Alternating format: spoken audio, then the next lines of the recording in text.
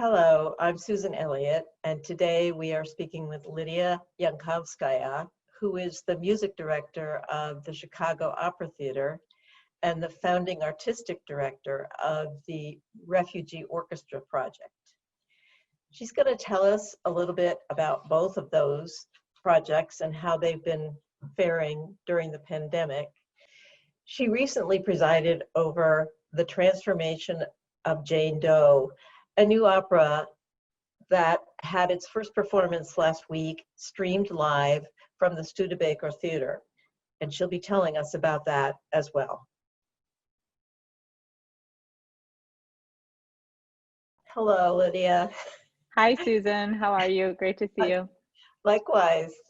Congratulations on your latest endeavor. Thank you. Yeah, so is that more than one performance or? So it was just one live performance, and we actually broadcasted live, which was quite an adventure, but was really wonderful to feel like we're really performing for an audience. Surprisingly, actually, the last few weeks have been exceptionally busy. I think several of the organizations that I work with regularly, including Chicago Opera Theater and Minnesota Opera, and Refugee Orchestra Project, all of these organizations decided that it was time to make something happen. And so I found myself in the midst of basically 3 projects at once in just the last 2 weeks or 3 weeks, which has been very hectic. And especially, I think, after being off for some time and kind of taking a step back and focusing on very different kinds of things, it felt like a whirlwind to suddenly be working on all of these projects simultaneously. And of course, none of them are regular live performances in the way that we're used to. Most of the projects that you're working on, aside from the Jane Doe, are they also streaming projects or? So one of them is an interesting project with Minnesota Opera, Opera in the Outfield, and that is a pre-recorded project that is being streamed to a very, very large audience at a baseball stadium in Minneapolis. But in order to mitigate risk, the way that this was handled is that all of the arias and other scenes and sections of opera that are being presented at this performance are pre-recorded in sections. And what I mean is that we recorded just the strings, and then recorded just the brass, and then we recorded just the winds, and then the singers are recording separately from the rest of the instruments, which of course is so challenging in an art form that relies on people working together and hearing each other in the moment. And there was some bel canto repertoire in there, which we had to figure out how to record without the singers, which was one of the most challenging things I've ever had to do, and challenging in a very new way. There is a film element to it as well. So they're taking advantage of the fact that the baseball stadium has these large screens, and everything there's a film that's Fantasia-like, I think, but is more concrete and using production images and other things that will be accompanying the music. And I believe they've sold thousands of tickets already. It's really phenomenal. Yeah. It is phenomenal. I mean, the stadium probably seats gajillions anyway. So even selling thousands of tickets, you can still socially distance, right? Absolutely. I have to say, I will be very happy when I am finally back in the position of just making music live with people who are not very far away or muffled by masks, and who can be close together and can hear each other and feel each other's presence. The Jane Doe opera. So you must have saved a lot of money for Chicago Opera Theater, right? Actually, we did not. No? No, so this opera is part of our Vanguard composer program.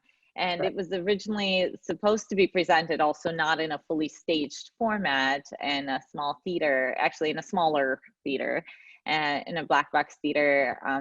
And the costs of streaming to do it right are monumental in order to, because you have to have great sound engineers involved. You have to have amazing equipment to capture everything. You have to have, in the world of COVID, you have to have a very large space in order to accommodate even a small number of singers. Our rehearsal space actually is very, very large and has windows on 2 sides and vaulted ceilings. But in Jane Doe, we have 6 singers total who often sing an ensemble. We were never able to rehearse all 6 together until the day before the show, because we were only allowed to have 5 singers in our rehearsal space, because there's a large amount of cubic footage that has to be in the space for each individual singer. Despite all the challenges, and despite the fact that the singers, until the day before the performance, the singers were masked, our soprano had to sing this really challenging role wearing an N95 mask in all rehearsals, which I can't imagine doing. And despite that, the amazing thing is that the opera, as a result, got a much wider reach. We had people tuning in from 31 states and Washington, D.C., and several countries and several continents. And that's really exciting. And also the composer now has a really good quality recording that she can use as her calling card, again, as she goes on to further her commissions, since this is her very first opera. Right. You mentioned in an article that ran in the Times Union that you had been in discussion with a whole bunch of opera administrators that had all these different scenarios for how they were going to handle the mess that we're in. The issue, of course, is every month we don't know what will happen next month. And certainly that was the case when I gave that interview, which I think was sometime in the summer. We really had no idea what would be happening 2 weeks from now, or certainly what would be happening by the end of the calendar year. And so the way we dealt with this is we created, as many as 10 plus scenarios.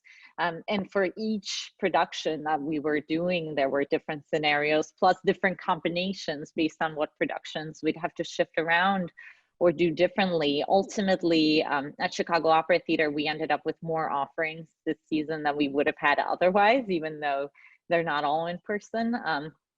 But for instance, we have a production in November that was originally going to be Rimsky-Korsakov's The Invisible City of Kitezh, which is a monumental work. So first in the spring, we realized very quickly that it couldn't be fully staged. So we scaled back to a semi-staged version with the orchestra on stage and the chorus behind the orchestra, and we thought that might give us more flexibility. As things continued to progress, it became clear that an orchestra of 75 or so players, plus a large chorus, plus all the principals, wasn't going to happen. So we looked at, could we do this with a reduced chorus? Could we do this with no chorus and just do all the scenes that involve the soloist? And what would that look like? Could we cut down on the orchestra or do a reduction? At that point, we realized that with that piece, it would not work. There are some works you can reduce.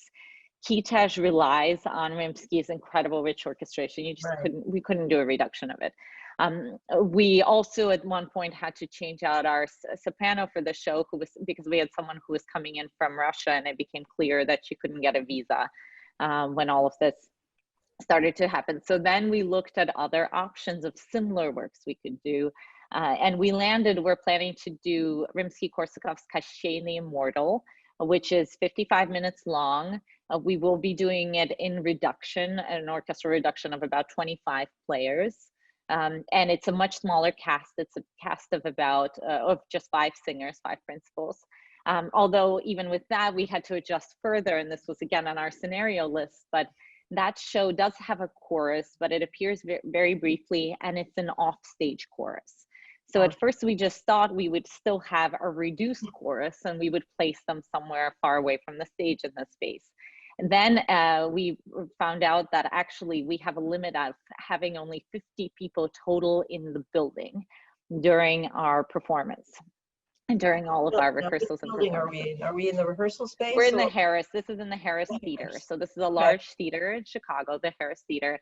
But 50 people, when you have 25 orchestra members, 5 principals, you have a mandatory crew minimum, other production staff, plus all of the video camera and sound operators. Very quickly you go over that number. So the chorus is now planned to be in a totally different configuration, and we're actually looking at the possibility of pre-recording the chorus while the rest of the show will go on live. So again, none of it is like the type of music making or art making that we're used to.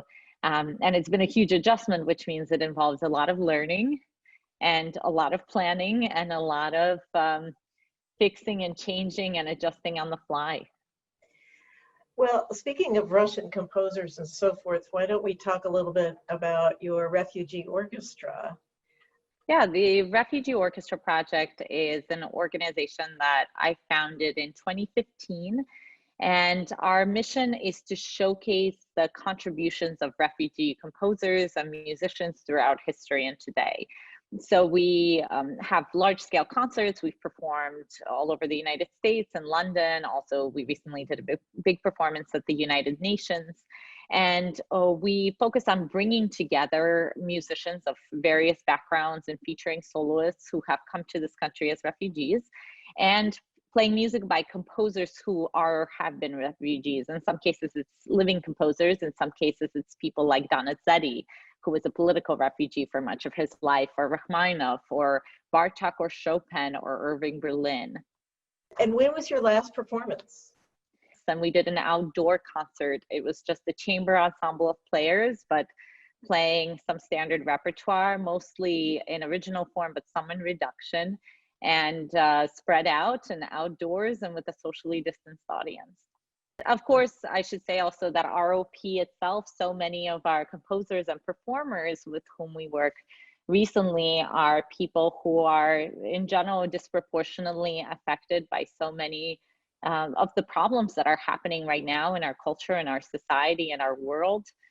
When disaster strikes, people who have come from abroad to seek a new life here, many of whom are already from discriminated backgrounds, and I think are often disproportionately affected. And we at ROP actually are working very hard to support our artists right now. We've been doing a quarantine commissioning project. We've commissioned a number of composers, and we have performers playing their work digitally. We're releasing some of this digitally on social media and elsewhere, and also this recent concert as well.